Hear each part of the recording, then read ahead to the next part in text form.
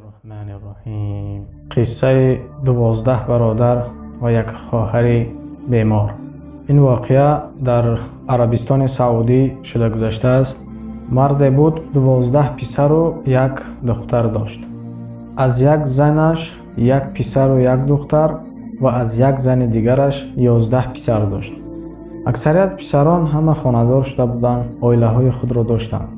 این زنش که یک پسر و یک دختر داشت، پسرش خانه‌دار شده بود، دخترش 13 ساله بود.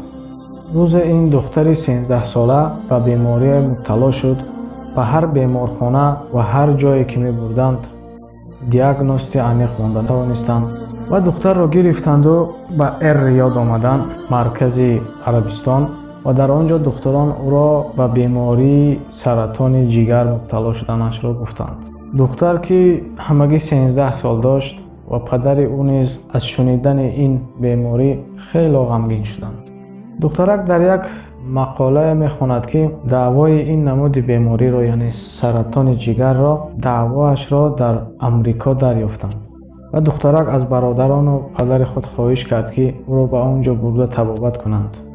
این درد که دعوا ندارد، همه برادران و پدرش این را میدانست و از بردن دختر به امریکا خودداری میکردند و نمیخواستند که مبلغ‌های زیاد را مصرف کنند، یعنی اسراف کنند، و همگی به یک موضع پا انداخته بودند که نمیشود، علاج طبابت نیست.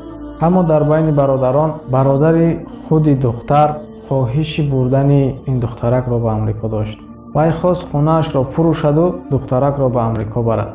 اما با این همسر او برادرش خیلی مانعی کرد. چقدر داد و فغان کرد که خانه را نفروشد، و زیرا در بساطشان آنها همگی یک خانه دارند. آنقدر سربزاعت نبودند، میانه حال بودند عائله آنها. اگر خانه را فروشد، فرزندان او برادر در کوچه میماند و زن او از این کار شوهرش خیلی غمگین شد و برآمده به خانه مادرش رفت.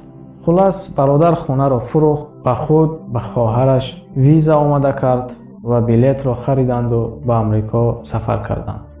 خواهرش را در آنجا به بسیار طبیبان مشهور امریکا نشان داد. چقدر دعوا که کردند از دستشان نآمد و این را خودی برادرش نیز میدانست. دوام 8 ماه در آنجا آنها باقی ماندند. چندین منظره های طبیعت و نقطه های زیبای امریکا را با هم سفر کردند، گشت و گذار کردند. 8 ماه در آنجا بودند و دوام 8 ماه آن چیزی که دخترک میخواست برادرش به او کرد. آن جایی که او میخواست برد نشان داد و بعد از 8 ماه دختر جان داد. برادر آن دخترک به وطن برگشت، اما در این وقت زنش از او جدا شده بود. خانه نداشت چون که خانه را فروخته بود.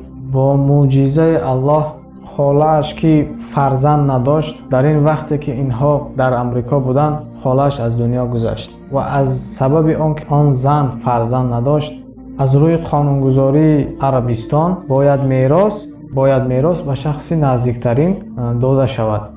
از همه شخص نزدیکترین به آن زن برادر همین دخترک بود و او فهمید که چقدر میراث بزرگ از او خاله‌اش مانده است. خاله او پسر یک نفر با دولت همون ملک بود است.